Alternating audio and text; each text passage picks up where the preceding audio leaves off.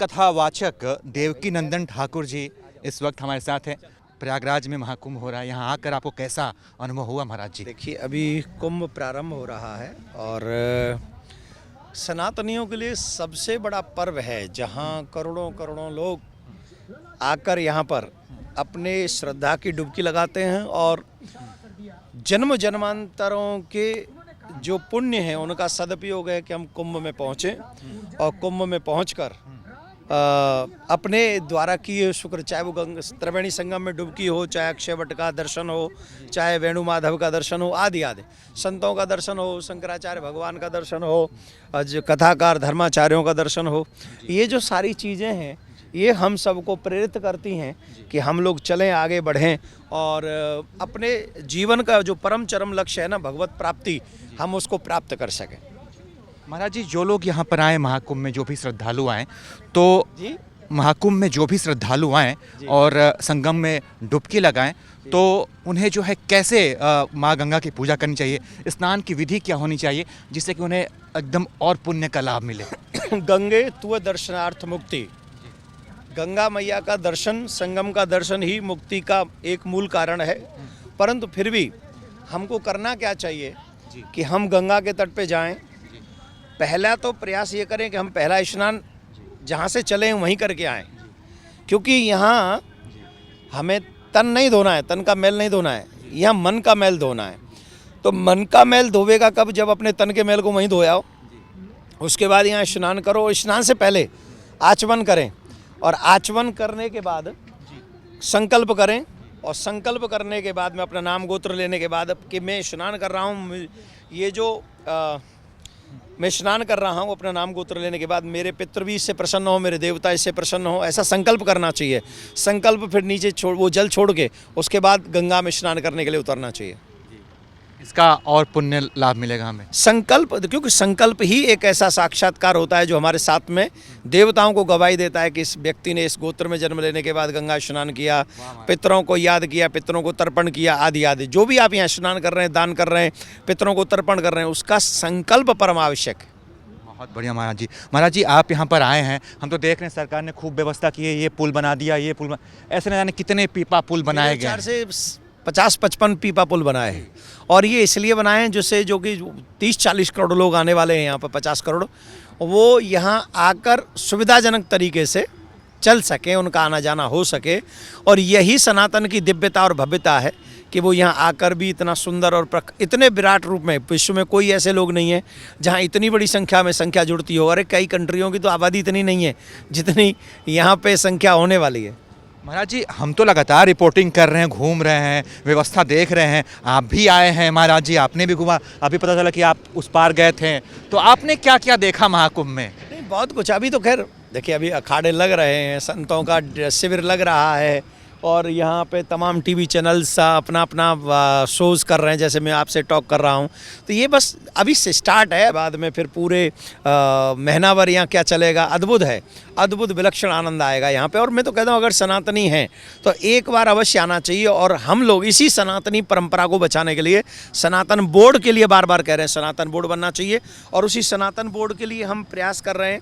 27 जनवरी को हम एक धर्म संसद कर रहे हैं, जिस धर्म संसद में अनेक धर्माचार्य, शंकराचार्य भगवान पधार रहे हैं और महामंडलेश्वर पधार रहे हैं। तो उसका एकमात्र उद्देश्य है ये परंपरा बची रहे, इस परंपरा पर कोई भी आघात न करे, इसके लिए हम वो धर्म संसद कर रहे हैं 27 जनवरी को और विशाल आयोजन होने जा रहा है। अच्छा महाराज जी, एक बात पता है आपको, जैसे जो छोटे छोटे बच्चे होते हैं, जब छोटी उम्र में थे तो सपना था कि कोई पुलिस बने, कोई पत्रकार बने। मेरा सपना पत्रकार बनने का था, पूरा हो गया। आपको देख के कई बच्चों के मन में इच्छा है ना कि मैं भी आगे चल के कथावाचक बनूं, भगवान राम की कथा सुनाऊं, भगवान कृष्ण की कथा सुनाऊं। तो कथावाचक बनने की प्रक्रिया क्या है और कैसे बेहतरीन कथावाचक बन सकता है कोई? ये कोई जैसे पत्रकार बनते एजुकेशन और सिस्टम लेने के बाद, जरूरी नहीं कि आप कथाकार ऐसे बनेंगे। कथाकार को आप सिर्फ एक साधारण व्यक्ति नहीं समझ सकते। दैट इज़ द ओनली, जब गॉड चाहे, God gave you the beautiful and special things.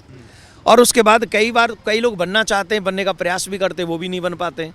और कई ऐसे होते हैं कि वो चाहते ही नहीं थे फिर भी बन गए। तो कई ये भगवान चाहते हैं, ये सब निर्धारित है कि ठाकुर जी किससे क्या काम करवाना चाहता है। तो ठाकुर जी जिससे जो काम कराना चाहता है वो करा लेता है। तो कथावाचक होना भी ये ठाकुर जी की इच्छा है, आपका पत्रकार होना ठाकुर जी की इच्छा है, किसी का इंजीनियर होना, किसी का नेता होना, किसी का वकील होना, किसी का डॉक्टर होना, ये ठाकुर जी की इच्छा है। धन्यवाद। सबसे पहले क्या करना है, मतलब अध्यात्म की पढ़ाई वढ़ाई होनी चाहिए? सबसे पहले गुरु मंत्र हो, गुरु दीक्षा हो, और मेरे मन में एक संकल्प हो कि मुझे भगवान के कथा करनी है, मुझे इस मार्ग को आगे बढ़ाना है, और तो ये सब चीज़ें हों। उसके बाद स्वाध्याय गुरु जी के सानिध्य में हो। जब स्वाध्याय गुरु जी के सानिध्य में होगा तो ये अवश्य होगा। जी, एक बात चल रही थी कि इस बार जो है संगम तट पर और महाकुंभ मेला क्षेत्र में जो है एक खास मजहब के लोगों की एंट्री बैन की जाए, आप भी ऐसा मानते हैं क्या? बिल्कुल होनी चाहिए, उनकी कोई एंट्री नहीं होनी चाहिए। और एंट्री उनकी क्यों होगी, किस लिए होगी उनकी एंट्री? हमें उनकी एंट्री नहीं चाहिए, और हमें लगता भी नहीं कि एंट्री उनकी होनी चाहिए, क्योंकि जब हम धर्म को जानते नहीं, धर्म को जो लोग हमारे बिलीव नहीं करते, जिनकी निष्ठा हमारे धर्म में नहीं है, उनको बिल्कुल भी हमारे इसमें नहीं आना चाहिए। अच्छा महाराज जी, कई हिंदू हैं जिनके दोस्त जो है मुस्लिम हैं, तो क्या वो भी कई बार घुमाने के लिए लेके आ जाते हैं? घुमाने का मतलब नहीं है, धर्म का विषय है, घुमाने का विषय, धर्म घुमाने का विषय थोड़ी है। आजकल ना इंस्टाग्राम पे भी लोग खूब तरह तरह का ज्ञान देते हैं। कुछ लोग हैं वो ये कह रहे हैं कि आजकल तो मैं मस्जिदों के बाहर भी सिर झुकाता हूँ, क्या पता वहाँ से भी मूर्तियाँ निकल जाएं। हाँ, तो झुकाते रहें। वो मुझे नहीं लगता कि जिसका सर भगवान के आगे झुका हुआ है, गोविंद के आगे झुका हुआ है, जिनके इष्ट अपने हैं और अपने इष्ट के आगे जिनका सर झुका हुआ है, उन्हें अपना सर और किसी के आगे झुकाने की आवश्यकता नहीं है, ऐसा मेरी मान्यता है। आजकल बाबा जी इंस्टाग्राम पे एक रील वील भी चल रहा है कि पसंदीदा पुरुष, पसंदीदा स्त्री, आप भगवान कृष्ण की कहानी सुनाते हैं। सही प्रेम को कैसे पहचानें? भगवान की आत्मा का नाम है राधा। आप अपनी आत्मा से कितना प्रेम करते हैं? आप इस ब्रह्मांड में किसी अपने शरीर से उतना प्रेम नहीं करते जितना आप अपने आत्मा से प्रेम करते हैं। आत्मा ही नहीं होगी, शरीर की वैल्यू नहीं होगी। ये लोग जो मूर्खता वाली बातें करते हैं, इन्हें पता ही नहीं कि आत्मा कौन है, उन्हें पता ही नहीं शरीर कौन है। वो शरीर के अहम में रहते हैं, और शरीर के अहम में रहते हैं इसलिए वो भटके रहते हैं, इसीलिए वो परेशान रहते हैं। They don't know anything. तो सोशल मीडिया क्या इससे जो है धर्म का दुष्प्रचार हो रहा है, गलत गलत चीज़ें मार्केट में आ रही हैं? जी, बहुत, थोड़ा बहुत गलत नहीं हो रहा, बहुत गलत हो रहा है। और उस बहुत गलत को रोकने के लिए ही हमें ये कार्य करना चाहिए कि हम लोग सही ज्ञान, सही नॉलेज होगी तो ये बात होगी हमारी। तो सही नॉलेज होना ज़रूरी है, और वो हमारे सद्गुरुदेव या संत महात्माओं के माध्यम से प्राप्त हो सकता है, अन्य से नहीं। ठीक है, हमारे दर्शकों से आप महाकुंभ में आने की ज़रा अपील कर दें गुरु जी। हम यही चाहेंगे कि आप लोग सनातन धर्म संसद में पहुँचें, और जब धर्म संसद में आप पहुँचेंगे, कुंभ में आप पहुँचेंगे, सनातन बोर्ड का मांग जो हम कर रहे हैं, वो सनातन बोर्ड की मांग इसलिए कर रहे हैं कि जिससे हम सभी देविक और देव स्थलों को, तीर्थ स्थलों को, बच्चों के संस्कारों को बचा सकें।